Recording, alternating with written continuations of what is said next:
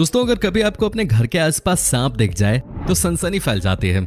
सामान्य तौर पे छोटे सांप ही शहरी इलाकों और बाकी जगहों पे नजर आते हैं, लेकिन दुनिया में बहुत सारे सांप हैं जिनके बारे में जानने भर से आपके रोंगटे खड़े हो जाएंगे। इनकी लंबाई, रंग रूप और जहर की जानकारी इसके लिए काफी है। साथ ही दोस्तों, कुछ सांप या जीव ऐसे भी थे जो अगर आज भी जिंदा होते तो शायद आज हम और आप जिंदा ही नहीं होते। दोस्तों, आज हम बात करने वाले हैं दुनिया के सबसे बड़े और खतरनाक जीव के बारे में, जिसके बारे में सुनने और उसकी ताकत के बारे में जानने के बाद आपकी रूह तक कांप जाएगी। तो वीडियो को अंत तक जरूर देखिएगा, वो भी बिना स्किप किए हुए। साथ ही अगर अभी तक आप हमारी YouTube फैमिली का हिस्सा नहीं बने हैं तो जल्दी से हमारे YouTube चैनल को सब्सक्राइब करें और हमारी फैमिली का हिस्सा बन जाएं। दोस्तों, अगर कोई आपसे ये पूछे कि बताओ दुनिया का सबसे बड़ा सांप कौन सा है, तो जाहिर सी बात है आपका जवाब होगा एनाकोंडा, और होना भी चाहिए, क्योंकि हमारी जनरेशन में से लगभग हर किसी ने एनाकोंडा मूवी एक बार तो कम से कम जरूर ही देखी है। और साथ ही दूसरी बात ये भी है कि सच में ही एनाकोंडा अभी पृथ्वी पर मौजूद दुनिया का सबसे बड़ा सांप है। वैसे सोचिए, अगर हम दुनिया के सबसे बड़े सांप और दुनिया के सबसे बड़े मगरमच्छ को जोड़ें तो हॉलीवुड की एक नई साइंस फिक्शन मूवी की स्क्रिप्ट तैयार हो जाएगी। लेकिन ऐसा कहना बिल्कुल ही गलत होगा कि हमेशा से ही दुनिया का सबसे बड़ा सांप एनाकोंडा रहा है या दुनिया का सबसे बड़ा मगरमच्छ कैसियस ही रहा है। दुनिया में हमेशा से इन दोनों का बोलबाला नहीं हुआ करता था, क्योंकि आज हम जिस सांप और मगरमच्छ के बारे में बात करने वाले हैं उनके सामने ये दोनों ठीक वैसे ही लगने वाले हैं जैसे आयरन मैन के सामने बैटमैन लगता है, यानी बिल्कुल बच्चे लगेंगे। आज हम बात करने वाले हैं क्रोनोसॉरस और टिटानोबो के बारे में, जो आज से लाखों साल पहले हमारी धरती पे हुआ करते थे। आपको जान के हैरानी होगी कि उस समय पानी हो या जमीन, हर जगह इनका ही बोलबाला था। ये दोनों जीव उस समय के हर जीव के लिए सबसे बड़ा खतरा थे। ऐसे में सवाल उठता है कि अगर आज ये जीवित होते तो क्या होता? अगर ये जीवित होते तो क्या हमारा आपका कोई अस्तित्व होता? चलिए देखते हैं क्या होता अगर आज भी ये जिंदा होते तो। खैर, सबसे पहले बात करते हैं टिटानोबा सांप की, जो आज से करीब 6 करोड़ साल पहले इस धरती पे मौजूद था। अगर एक्सपर्ट्स की माने तो अगले 10 मिलियन साल तक ये जीव धरती पर जन्म लेने वाले हर जीव से बड़ा और ताकतवर हुआ करता था। टिटानोबो आकार में करीब 43 फीट लंबा हुआ करता था और इनका वजन 1 टन से भी अधिक हुआ करता था। क्या आप सोच भी सकते हैं कि ये सांप कितने भारी होते होंगे या उस वक्त कैसे दिखते होंगे? इनकी लंबाई मापने के लिए अगर आप 6-6 फीट के 8 लोगों को भी लाइन से लेटा दें तो भी ये उनकी लंबाई के सिर्फ और सिर्फ आसपास ही पहुंच पाएंगे। अब जरा एनाकोंडा और टिटानोबो का कंपैरिजन कर लेते हैं। आपको बता दें कि एनाकोंडा का वजन और लंबाई टिटानोबा के आगे कुछ भी नहीं है। अगर आसान भाषा में आपको समझाएं तो एनाकोंडा टिटानोबा से आधा भी नहीं है। टिटानोबा हिप्पोपोटामस को अपना भोजन बनाने का दम रखता है। 58 मिलियन साल पहले हिप्पोपोटामस नहीं हुआ करते थे, इसलिए ये जीव मगरमच्छों को अपना भोजन बनाया करता था। ये मगरमच्छ को बड़ी ही बेरहमी से अपनी कुंडली में जकड़ लेता था और फिर उसे अपना भोजन बनाया करता था।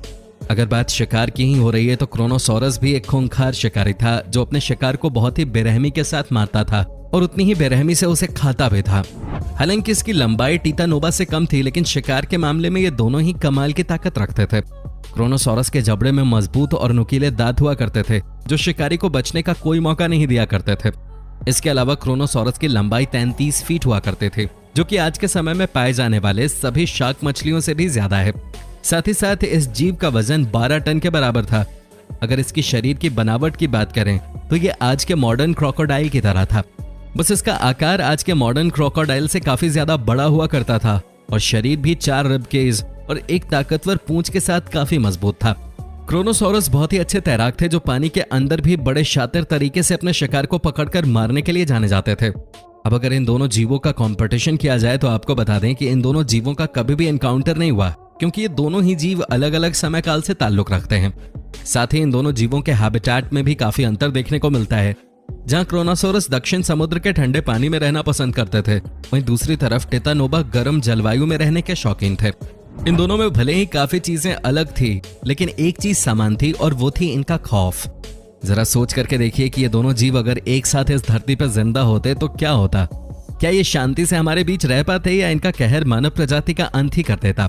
हालांकि ये बहुत बड़ा और ऐसा सवाल है जिसका सही और सटीक जवाब किसी के पास नहीं है।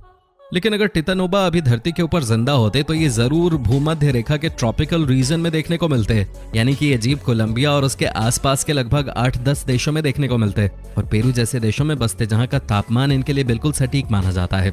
अगर ऐसा होता है तो कोलंबिया और ब्राजील के लोगों को इनकी उपस्थिति को लेकर काफी सतर्क रहना होता। उन्हें अपने घर के चारों ओर बिजली की तारों से फेंस करना पड़ता ताकि ये जीव उनके घर में न घुस पाए। उनका परिवार और उनके पालतू जानवर इनसे बचे रहें। इसके अलावा उन्हें सोते समय भी अपने आसपास एक इलेक्ट्रिक गन रखनी पड़ती जो मुश्किल के समय में उनका साथ देती। जरा सोच कर देखिए इन हालातों में इंसान का जीवन कैसे खौफ के साए में बीतता। हालांकि शायद ही ये जीव इंसानों को अपना खाना बनाने में कोई दिलचस्पी रखते, लेकिन ये आकार में बड़े जीवों को अपना शिकार जरूर बनाते, क्योंकि चूहों और छोटे जीवों को खाने से शायद ही इनकी भूख मरती। इंसानों से और हाईटेक सिटीज से टितानोबा दूर ही रहते, क्योंकि आप ये बात मानो या ना मानो, लेकिन दुनिया का सबसे बेरहम जानवर इंसान ही होता है। और बाकी जानवरों की तरह इंसान इन्हें भी चिड़ियाघर में रख के पैसे कमाते, और यही वजह इन्हें और इनकी जाति के जीवों को इंसानों के ऊपर हमला करने के लिए उकसाती।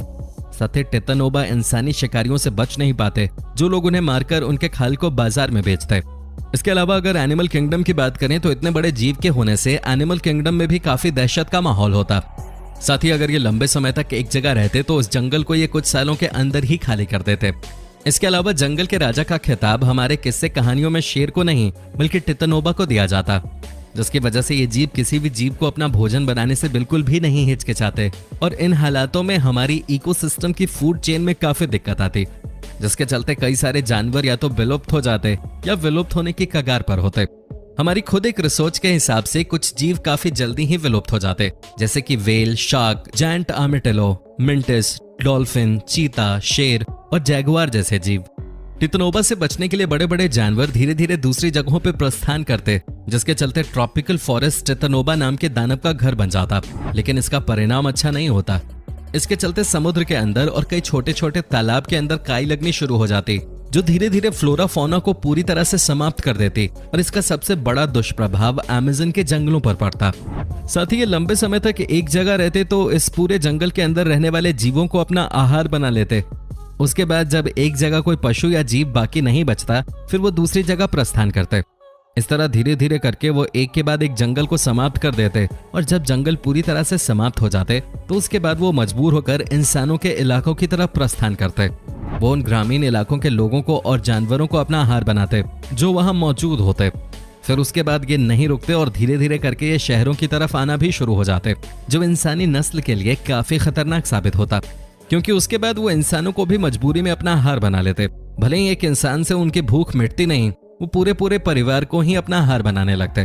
अगर बात क्रोनोसॉरस की करें तो आज के वातावरण में इनका जीवित रहना काफी मुश्किल हो जाता और धीरे धीरे उनकी खुद की ही नस्ल विलुप्त होने की कगार पर आकर खड़ी हो जाती। अगर ये इस वातावरण से बच भी जाते तो आज के समय में ये भूख से मर जाते, क्योंकि मरीन लाइफ में इसे आज के समय पर अपने आकार का भोजन ही नहीं मिल पाता। डायनासोर के जमाने में एक टर्टल भी बड़े टेबल के जितना बड़ा हुआ करता था, लेकिन आज के समय में टर्टल काफी छोटे छोटे आकार के होते हैं। इसके चलते ये जीव काफी तेजी से समुद्र के अन्य जीवों का शिकार करना शुरू कर देता, जो कि मरीन लाइफ को बुरी तरह से प्रभावित करता। ये जीव समुद्री कछुए के साथ साथ बड़े जीवों का भी शिकार काफी तेजी से करता, जैसे वेल, डॉल्फिन, शार्क, क्रोकोडाइल और बड़ी मछलियां। अगर सिंपल भाषा में आपको समझाएं तो इसके सामने समुद्र का कोई भी जीव आता तो ये उसे बड़े ही आराम से मार के उसे अपना भोजन बना लेता, जिसके चलते मछलियों की काफी सारी प्रजातियां विलुप्त होने की कगार पे आ जाती। इन सब के विलुप्त होने से जलवायु पे इसका काफी बुरा प्रभाव पड़ता, क्योंकि हवा से कार्बन डाइऑक्साइड लेने के लिए कोई समुद्री जीव जिंदा ही नहीं बचता। इसके अलावा मछुआरे भी इस जीव के डर से समुद्र के अंदर जाने से डरते, और जब समुद्र के अंदर मछलियां ही नहीं बचती तो बेरोजगार भी हो जाते।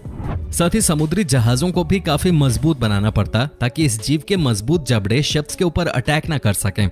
इसके साथ ही हमारी जल सेना को भी इससे काफी परेशानी होती। उन्हें पड़ोसी देशों के साथ साथ इस समुद्री दानव से भी सतर्क रहना पड़ता। तो दोस्तों आज की वीडियो में बस इतना ही।